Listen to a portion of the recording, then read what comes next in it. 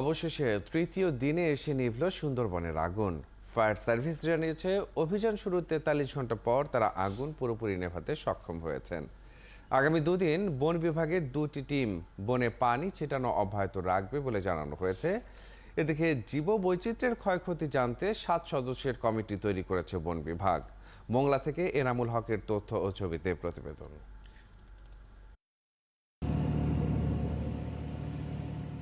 রবিবার সকাল থেকেই সুন্দরবনের আগুন নিয়ন্ত্রণে কাজ শুরু করে নৌ বিমান বাহিনী, ফায়ার সার্ভিস সহ সংশ্লিষ্ট কর্তৃপক্ষ।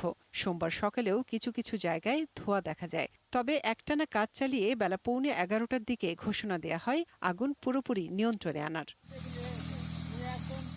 সকালে সুন্দরবনের আমরবুনিয়ার লতিফের ছিলা এলাকা পরিদর্শন করেন ঢাকার fire service and civil defence কর্মকর্তা লেফটেন্যান্ট কর্নেল তাজুল ইসলাম চৌধুরী।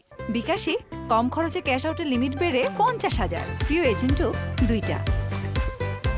পরে তিনি জানান সমন্বিত প্রচেষ্টায় সফল হয়েছেন তারা। বিভিন্ন পদ্ধতি আমরা অ্যাপ্লাই করে আমরা গত 43 ঘন্টা ধরে অক্লান্ত পরিশ্রম করে সকল সংস্থা থেকে আমরা সহযোগিতা পাই এবং একইভাবে আমরা একযোগে কাজ করে এই 10:35 আমরা আগুন নিয়ন্ত্রণে আনি এবং এটা একমাত্র সম্ভব হয়েছে আমাদের প্রত্যেকের ঐকান্তিক প্রচেষ্টা এবং সবাই একযোগে এবং একই নীতিতে আমরা কাজ করেছি বিধায় আমরা এটা সম্পূর্ণ করতে পেরেছি। এই কর্মকর্তা আরও জানান আগুন নিয়ন্ত্রণে এলেও আগামী 2 দিন জায়গাটিতে ড্রোন দিয়ে পর্যবেক্ষণ করা হবে, আর বন বিভাগের টিম সেখানে পানি ছিটানো অব্যাহত রাখবে। ফরেস্ট ফায়ার, বুশ ফায়ার এই রিলেটেড বিষয়গুলি নির্বাপনের জন্য কয়েকদিন সময় লাগতে পারে।